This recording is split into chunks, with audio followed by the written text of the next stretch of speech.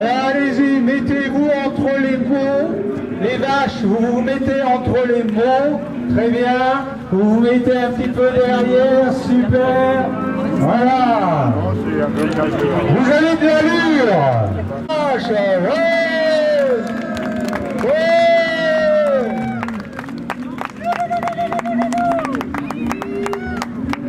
Ça dure, alors vous me dites, oui, bon, alors, on va commencer donc cette manifestation entamée avec vous, notre 7e année de lutte contre cette usine, cette ferme-usine.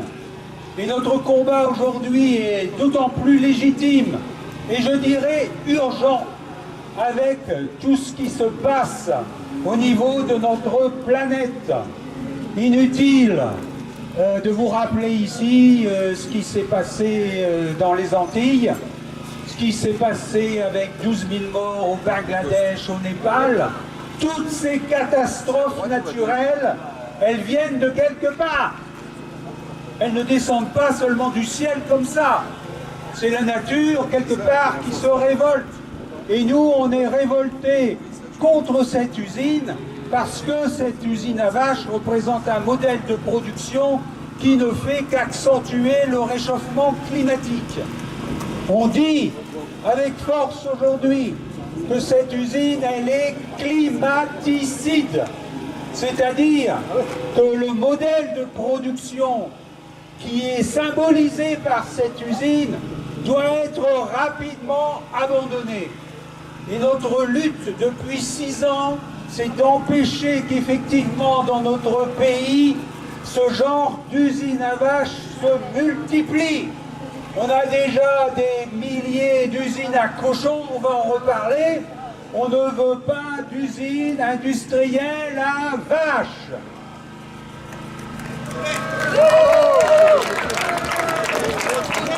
Alors ça, c'est le premier point sur lequel je voulais insister. Ce côté du climat, l'aspect climaticide de cette usine. Aujourd'hui, regardez d'ailleurs, la nature est avec nous. Elle a amené le soleil spécialement pour nous. Hier, c'était la flotte. Le deuxième point, nous voulons tous ici la vérité et la justice. Nous avons été scandalisés, tous ici, par la décision du tribunal administratif d'Amiens en juin dernier, qui a donné raison aux promoteurs de cette usine pour qu'ils ne payent pas ses amendes, tout simplement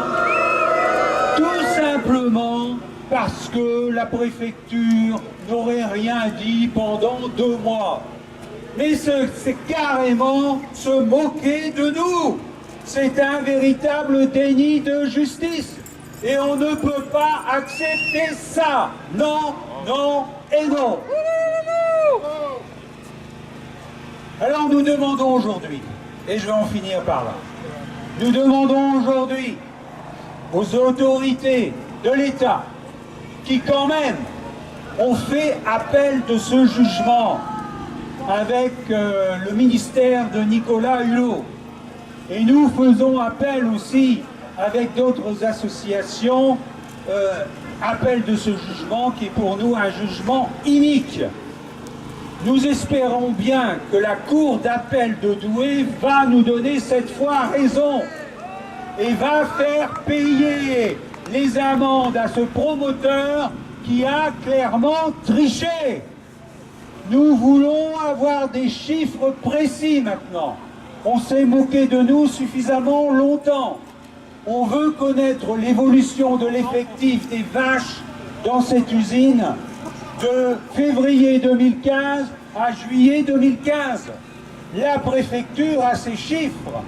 Le préfet a dit que l'infraction était volontaire et assumée. Quand un préfet dit qu'une infraction est volontaire et assumée, je suppose qu'il le dit parce qu'il a les éléments pour le dire.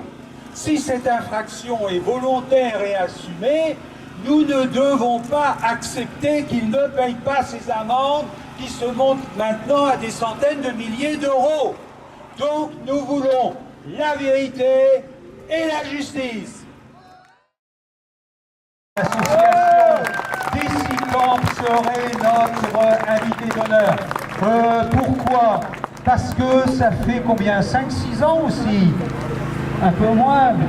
Depuis toujours, au moins depuis 4 ans, 3-4 ans, hein, qui lutte à Loueuse, dans l'Oise, contre une extension de porcherie industrielle. Et ça, c'est aussi un sacré boulot. Alors, pour 3 minutes, il vous explique quoi? Et lui, il vous dit ce qu'il a sur le cœur. Voilà, effectivement, les secondes,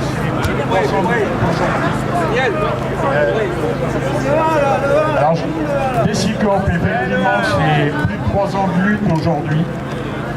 Nos statuts ont évolué vers ceux d'une association environnementale pour le bien commun.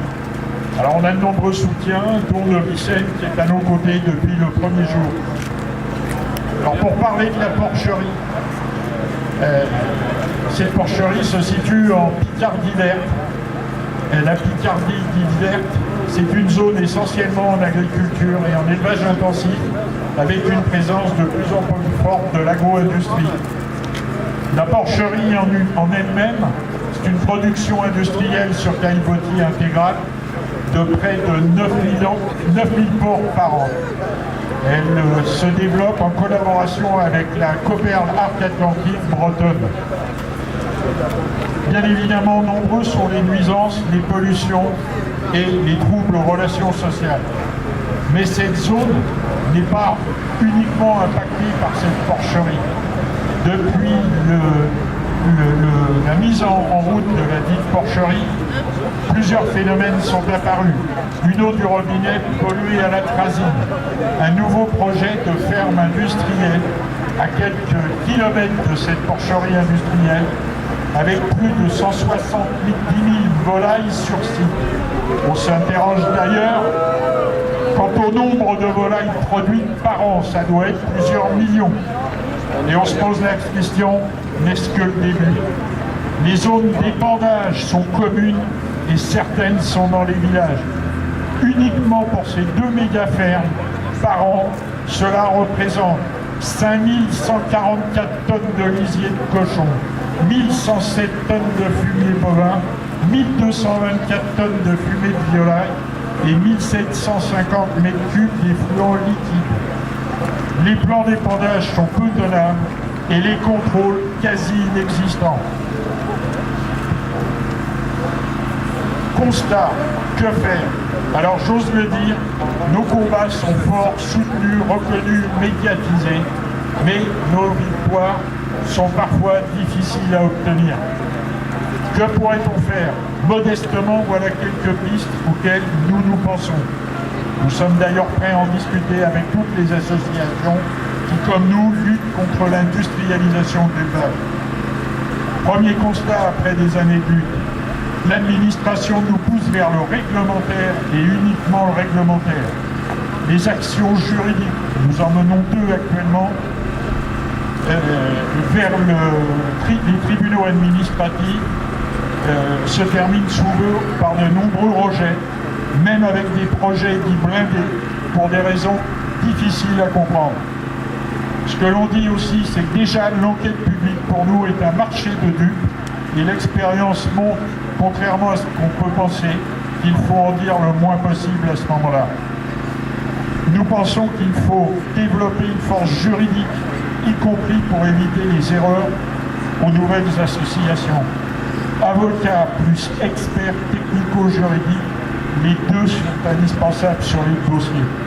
Je voudrais à ce titre remercier ici une association et une personne qui sont de Camille, Famille Rurale et Claude Bonduel, qui ont fait un travail extraordinaire et qui nous aident bénévolement, ainsi que notre avocat, sans compter ses heures.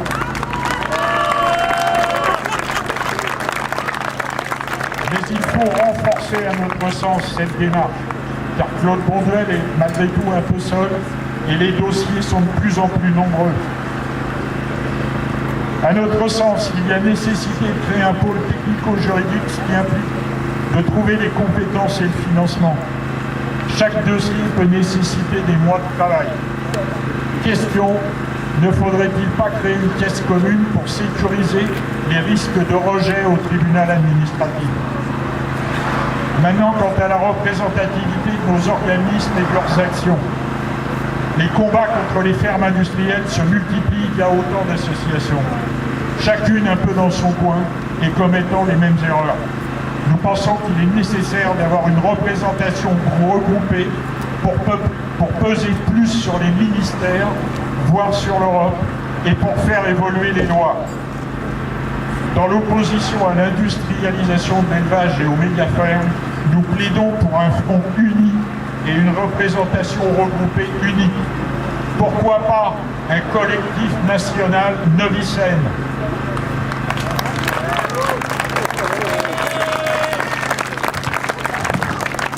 Retour sur quelques impacts.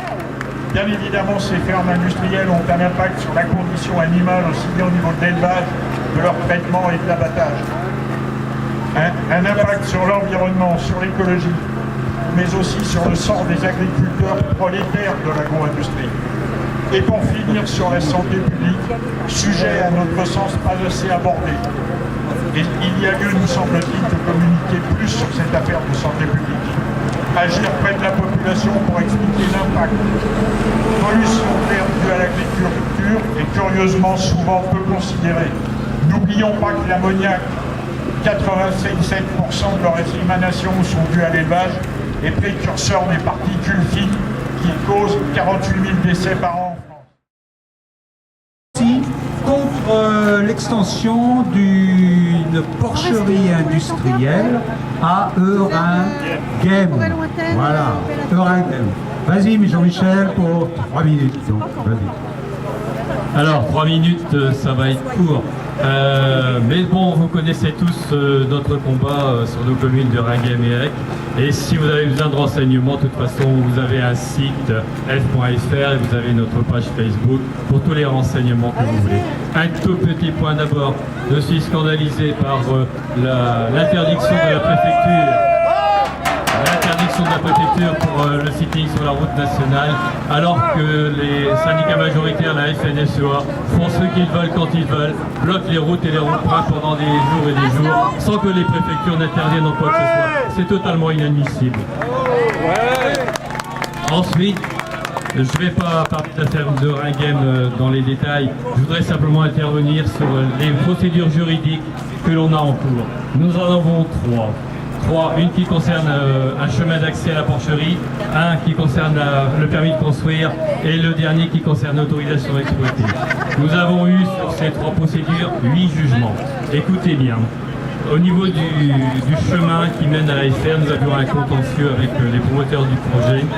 Lors du référé, le juge a estimé que nous avions un intérêt à agir, que le tribunal administratif était l'autorité compétente pour juger de cette affaire.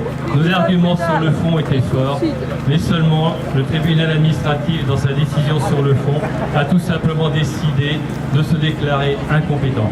Incompétent 3 années après le juge des référés qui se déclarait compétent. Et à la clé, 9 000 € d'indemnité à payer aux parties adverses. Ça, c'est pour l'autorité, pour le chemin FR. Pour le permis de construire, c'est encore un petit peu la même chose. Nos arguments sur le fond sont imparables. Alors, qu'est-ce qui s'est passé? Il fallait trouver une argutie juridique pour nous débuter. Alors qu'en référé, on gagne et que le tribunal estime que nous avions un intérêt à agir, alors que sur le fond, le premier jugement, les autorités juridiques nous donnent également cet intérêt à agir, eh bien, quand il fallait juger l'affaire en appel, les juges ont déclaré que nous n'avions pas d'intérêt à agir, que tous les requérants habitaient trop loin de la ferme-usine pour que nos arguments soient recevables. C'est totalement inadmissible parce que de toute façon, dans toutes les procédures juridiques de ce genre, les gens qui habitent à quelques centaines de mètres ont toujours intérêt à agir. Seulement, on ne voulait pas nous donner raison sur le permis de construire. Nos arguments étaient trop forts. Ils ont là aussi préféré une argutie juridique, pour nous débouter. Pour l'autorisation à exploiter, j'en termine là, c'est exactement la même chose. On a fait pour l'instant une première action au niveau du tribunal administratif. Nos arguments, encore une fois, étaient fondés, étaient forts, étaient juridiquement valables. Qu'est-ce qui s'est passé? Eh bien, le sens des conclusions du juge allait dans le sens d'une annulation de l'autorisation à exploiter de cette ferme sur Euragame pour différents motifs. Le tribunal administratif, quand il s'est jugé sur le fond, a estimé que les arguments de leur propre juge, enfin, que le rapporteur public n'était pas valable et que, voilà, une fois de plus, on a été débouté. Alors que je répète, le sens des conclusions quelques jours avant disait qu'il fallait aller vers une annulation de l'autorisation à exploiter et qu'il fallait refaire l'enquête publique depuis le départ. Voilà, donc le tribunal administratif, c'est très bien. Les actions juridiques, il en faut, c'est nécessaire. Mais je pense que ce qui compte, ce sont les actions sur le terrain. C'est la mobilisation de toutes les associations qui sont ici réunies comme les nôtres. J'arrête parce que j'ai dépassé les 3 minutes. Voilà, merci à vous. Merci Jean-Michel. J'appelle maintenant le maire de Druka, M. Laurent Parsi, qui nous soutient depuis le début. C'est le maire de notre village, qui nous aide bien parce qu'on a la salle polyvalente, on a le camion de la mairie, on a des tas de choses. Donc on le remercie ici et je lui donne la parole pour donner son sentiment aujourd'hui. Merci, c'est normal de soutenir votre association pour le village. Bon, j'ai 3 minutes, parce que quand tu parles, c'est pas sur les 3 minutes. Ah bon, merci. Bon, moi je voulais vous parler suite au jugement assez unique qu'il y a eu dans la presse. Monsieur Welter a réagi à l'action de Nicolas Hulot en appel. Il a dit « c'est plus belle la vie ». Et je voulais dire, pour moi, non, ce n'est pas plus belle la vie. Pour les bêtes qui vivent sur le béton 365 jours par an, c'est pas plus belle la vie. Pour son personnel, à chaque fois que j'ai rencontré du personnel qui avait quitté la ferme, non, c'est pas plus belle la vie. Pour les collègues de M. Welter qui souffrent de la baisse des prix, pour lequel l'usine est responsable, non, ce n'est pas plus belle la vie. Pour les riverains qui subissent de plus en plus les odeurs des épandages qui donnent des maux de tête, non, ce n'est pas plus belle la vie. Pour la santé, ce n'est pas non plus belle la vie, ça a été dit tout à l'heure, mais je pense notamment aux particules fines. Notre village est sous le vent et nous avons cette usine à particules fines. Eh bien non, monsieur Welter, ce n'est pas plus belle la vie. Pour le pays Betsom-Trois-Vallées, l'usine, la verrue que représente cette usine, ce n'est pas non plus belle la vie. Pour nos enfants, pour leur santé, pour leur environnement, ce n'est pas non plus belle la vie. Je tenais à le dire, alors peut-être que le journaliste a mal compris. Je me dis que Michel Welter a peut-être tout simplement voulu dire « Mon usine, c'est poubelle la vie ». Merci Laurent. Effectivement, la plus belle, la poubelle. Bah ouais, Karima, on y est. Alors Karima Deli, pour ceux qui ne l'auraient pas reconnue, c'est notre députée européenne et elle nous soutient depuis le début dans notre combat. Alors on est particulièrement heureux de la voir aujourd'hui. Tu viens là, Karima? Ça va aller? Allez, donc on est bien content, on a dit, on va avoir 5 députés. Il y en a d'autres qui sont arrivés? Non, tu es la première, tu viens de plus loin, mais tu es la première, tu es la meilleure. On l'applaudit bien fort d'être avec nous aujourd'hui. Bonjour tout le monde. Comme chaque année pour la 4e édition, je suis à vos côtés et il faut qu'on reste mobilisés. Pourquoi? Parce que face à ce modèle de l'agro-business, au niveau européen, on a un grand traité de libre-échange qui s'appelle le CETA et qui est en train de renforcer notamment ce genre d'usine qui est une catastrophe. C'est une aberration environnementale, une aberration sanitaire, et je voudrais vraiment remercier les syndicalistes qui se sont aussi battus, qui ont été devant la justice, parce que c'est aussi eux nos lanceurs d'alerte et nos vigies du 21e siècle. On peut les applaudir aussi.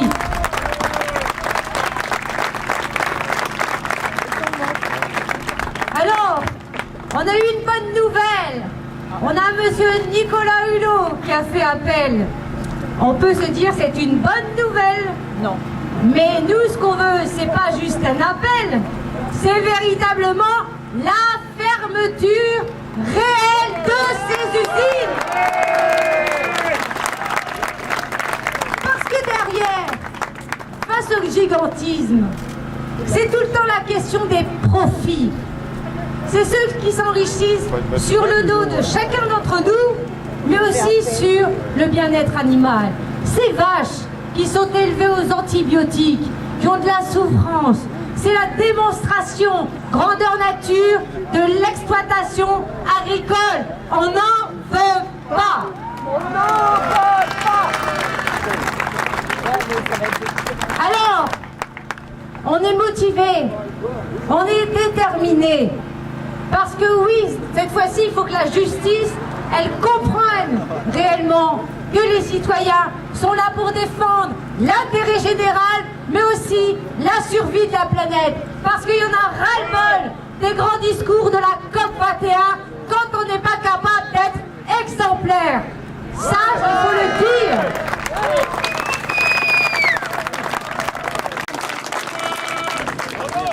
Alors c'est que le début, j'ai l'impression, parce qu'on vient de me dire dans la presse que dans la Somme, c'est pas seulement 1000 vaches, demain c'est 40 000 poules.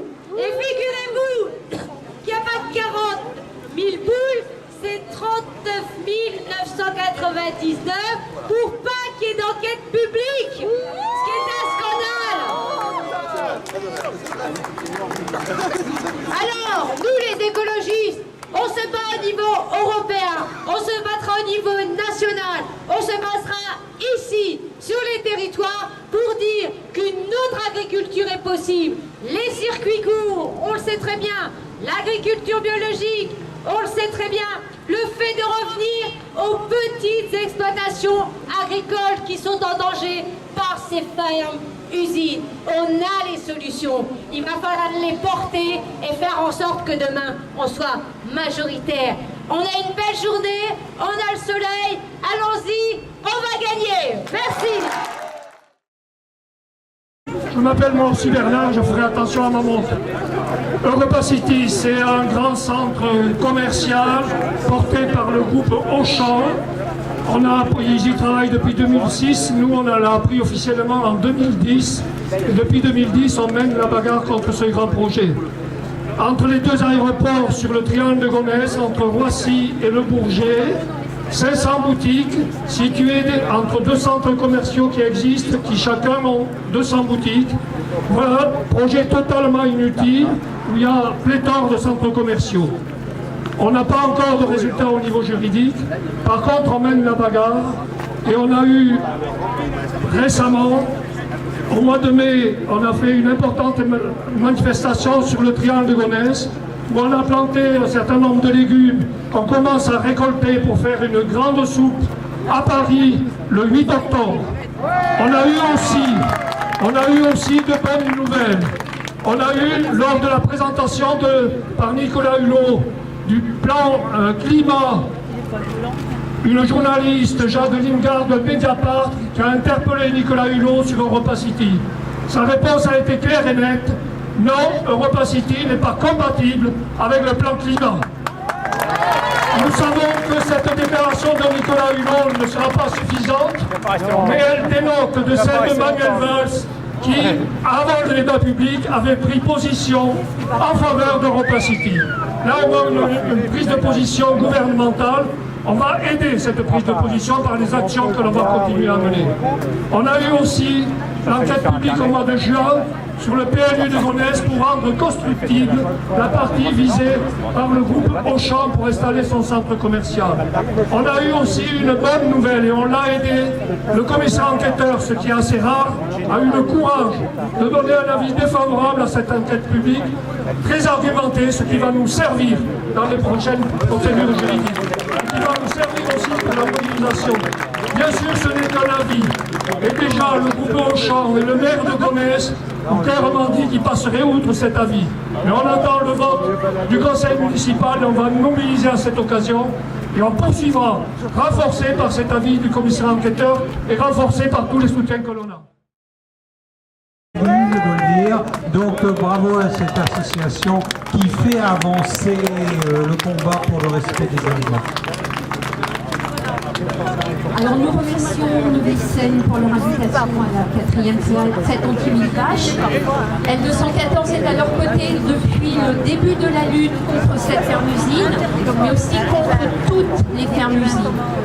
L214 est une association qui défend les animaux en dévoilant la réalité cachée de l'élevage, du transport, de l'abattage, de la pêche, des animaux destinés à la consommation. Dans toutes les fermes-usines, que ce soit vaches, cochons, poules, poulets, canards, lapins, les animaux vivent confinés dans des cages, sur des sols bétonnés.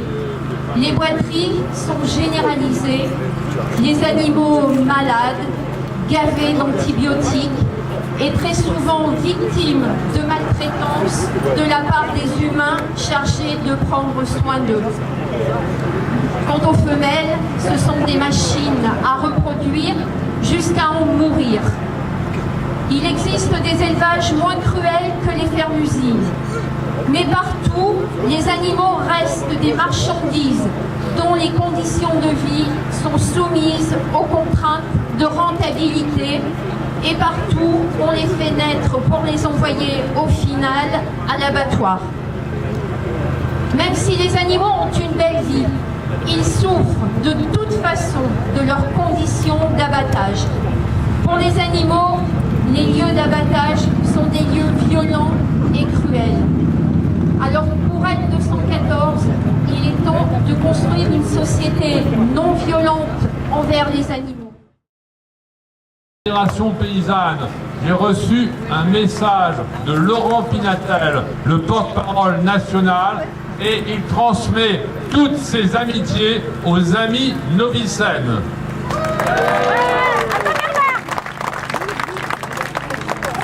On a un porte-parole extraordinaire au niveau national qui nous transmet une énergie fabuleuse et on marche tous dans ses pas.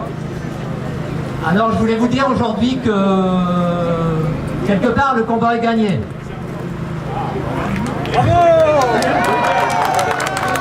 C'est qu'une histoire de temps. Et nous à la Confédération paysanne, les paysans, on est vraiment fiers d'être à vos côtés. Et on souffre pour nos collègues parce que cette industrie est vampirisante, d'abord pour nos sols, parce qu'elle les épuise, elle les contamine, elle les empoisonne, elle empoisonne nos animaux et directement elle vient empoisonner les esprits des éleveurs qui ne sont pas compétitifs face à ce modèle. Donc c'est les petits éleveurs qui souffrent, qui se sont demandé s'ils n'allaient plus acheter le nécessaire pour mettre leurs enfants à l'école il y a quelques semaines, il y a 2 jours plutôt. Et c'est dur à vivre notamment pour les éleveurs de montagne qui ne sont pas compétitifs par rapport aux éleveurs de plaine qui peuvent encore toucher les primes de la PAC. Cette industrie, forcément, elle est vampirisante et elle existe parce que seulement elle est soutenue. Elle est soutenue par d'autres agriculteurs qui sont la courroie de transmission qu'on appelle la FNSEA, qui pour moi sont des traîtres, des profiteurs. Et c'est les principales... Si un jour il y a un jugement, vraiment, ils seront devant de la scène pour être accusés. Et le deuxième traître, c'est l'État. L'État qui s'engrange de cette industrie, de cet agriculteur qui exporte, soi-disant, qui fait rentrer des devises. mais qui épuise son peuple. Et face à ça, eh bien, nous avons que notre force, notre détermination, et que notre chance, c'est qu'on est bien plus nombreux qu'eux. Donc, notre faiblesse, c'est qu'on n'est pas encore assez conscient de notre force. Donc, c'est pour ça que je dis qu'on a gagné, c'est qu'une échelle de temps. Donc, on doit nous-mêmes être exemplaires et encore faire mieux ce qu'on fait déjà tous les jours pour contaminer nos voisins et un jour, par le boycott, eh bien, cette industrie s'écroulera. Pour la première fois avec nous, le député de notre circonscription.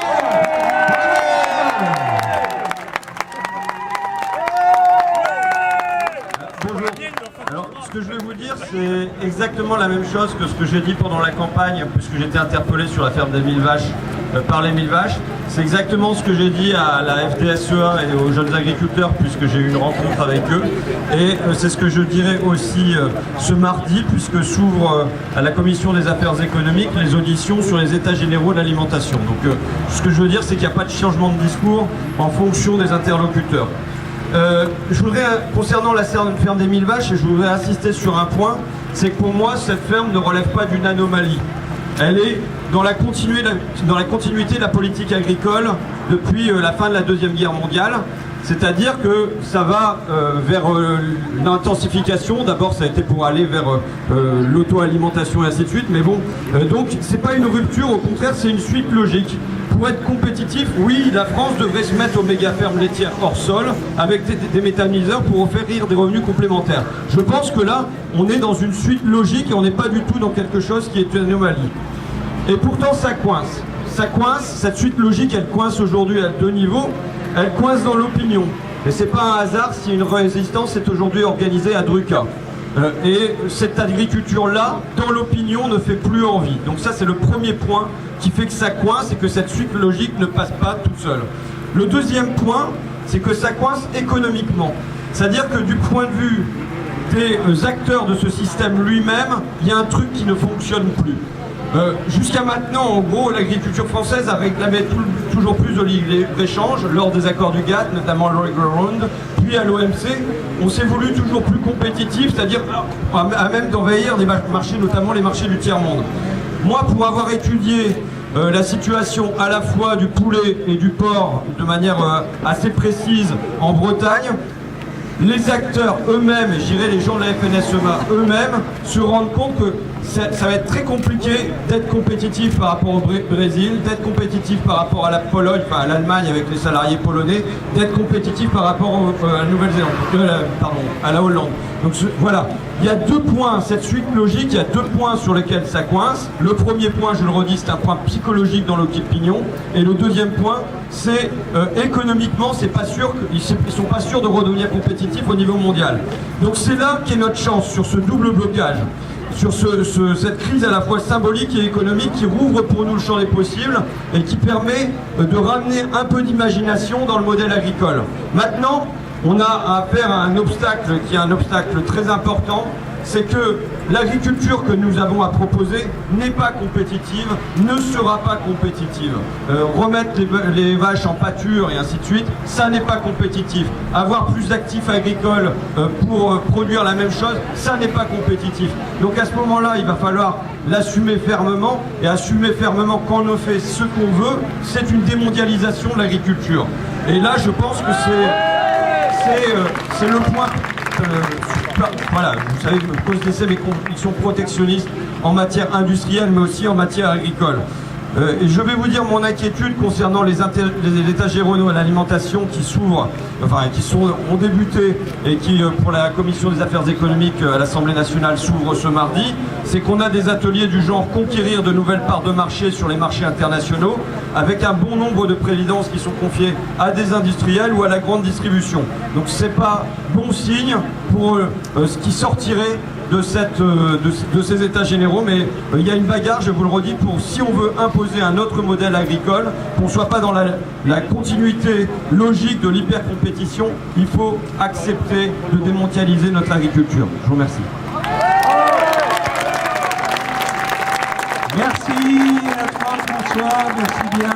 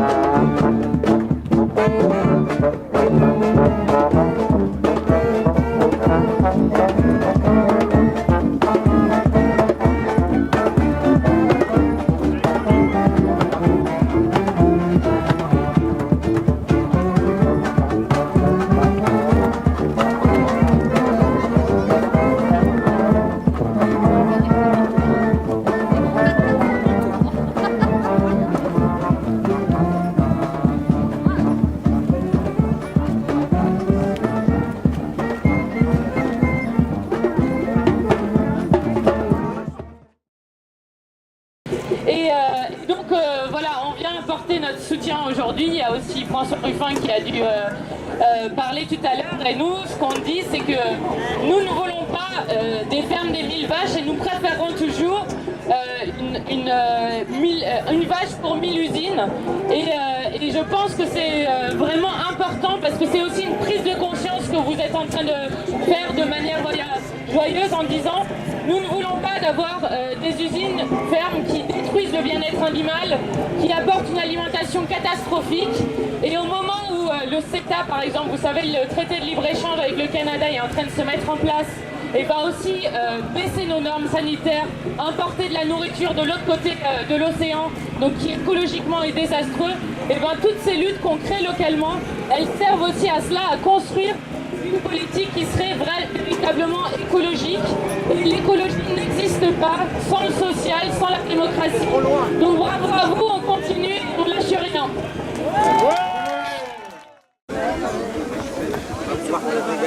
Alors si t'en veux, on va acheter à tous les députés côté de l'Assemblée nationale. Non, mais on te fait un tarif, il n'y a pas de problème. Monsieur le Président,